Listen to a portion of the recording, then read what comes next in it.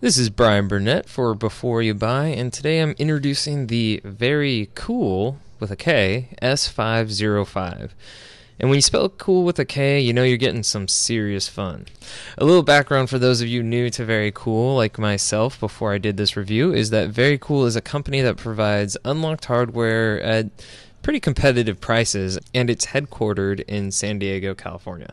At a glance, the S505 looks and feels very similar to a Samsung S3 if you've ever played with one of those. And the specs are very near the same, and it shares the same slippery plastic feel.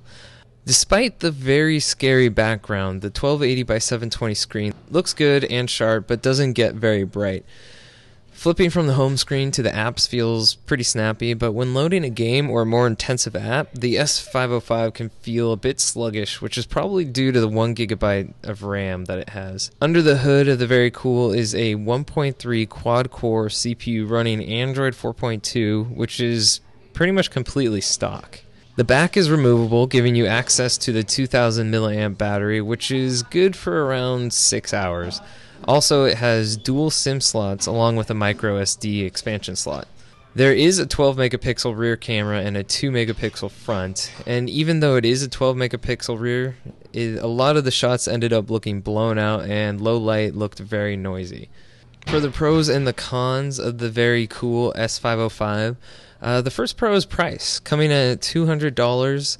The hardware and build quality is pretty nice for that at that price point. It does have dual SIMs, so that's another pro there if you're looking for a GSM phone. And it's fairly slim. It's not bulky and feels good in the hand. The cons, it can be a bit sluggish when opening a more intensive app, and the camera is mediocre. And along with the 2GB of internal memory, you're definitely going to want to make use of the expandable micro SD.